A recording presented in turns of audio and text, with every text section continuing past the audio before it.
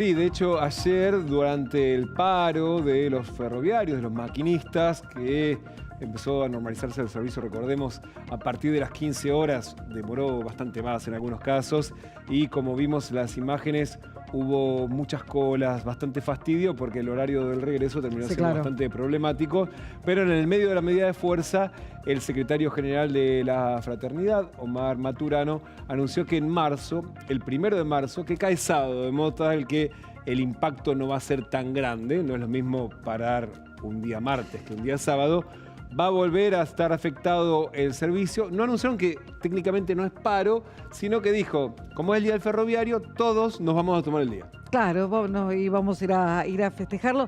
Lo escuchamos y después analizamos un poquito. El 1 de marzo, cada conductor y cada ayudante perteneciente al sindicato de la Fraternidad y afiliado se va a tomar el día del ferroviario y no va a prestar servicio. Y eso cae 1 de marzo, conmemorando el 1 de marzo del año 1948, cuando el general Perón nacionalizó los ferrocarriles. Que con este mensaje un poco queda más en evidencia algo que veníamos marcando ayer, que es el delgado equilibrio, la delgada línea por la que transita ahora el sindicato, porque por un lado, bueno, quemó una bala de plata ayer con un paro que podría haber sido incluso mucho peor, mucho más salvaje, entre comillas, mucho más agresivo, para ponerlo por ahí con un horario más extendido, y aún así se sintió fuerte y aún así el regreso fue muy problemático. Y aún así se afectó, si se quiere, a diferencia por ahí de lo que ocurre con Aerolíneas, que generó tanto malestar en la sociedad y ubicó al sindicato en una posición realmente muy, muy delicada. Esto incluso es peor porque estamos hablando de la clase trabajadora que o perdió la presencialidad o perdió incluso el día de trabajo, con lo cual, en definitiva, quemó una bala de plata. Hasta ahora no se conoce que se haya destrabado ninguna negociación salarial. No tiene ninguna vocación de cambiar. Exactamente, el gobierno se sienta a esperar claro. ahora a ver cómo licúan su propia imagen. Esa parece ser la estrategia oficial.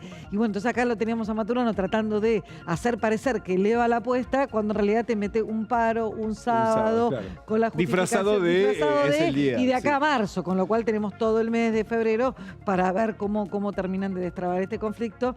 Bueno, de hecho, para que no se note eso, dijo, me dieron, la frase era, me dejaron las manos sueltas para que tome alguna decisión sin convocar a un plenario de delegados, digamos, para alguna medida de fuerza durante febrero.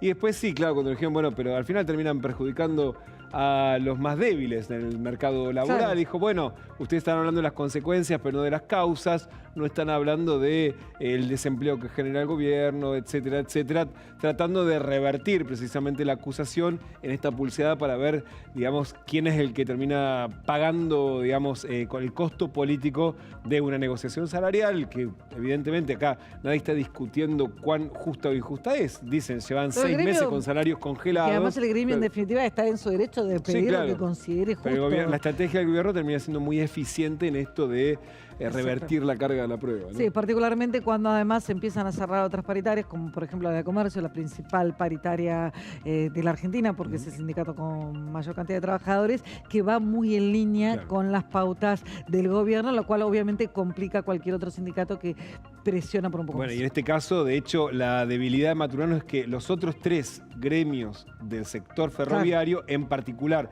la Unión Ferroviaria, que es el más grande, que tiene más de 50.000 afiliados, el de Maturano son 9.000, aceptó la pauta del gobierno de los casi 3 puntos entre noviembre y diciembre, de modo tal que ahí dice, bueno, pero los otros aceptaron, son la mayoría, son los más combativos, y bueno, vas a tener que aceptar, ¿no? Vas a tener que aceptar, y eso es lo que trata de decir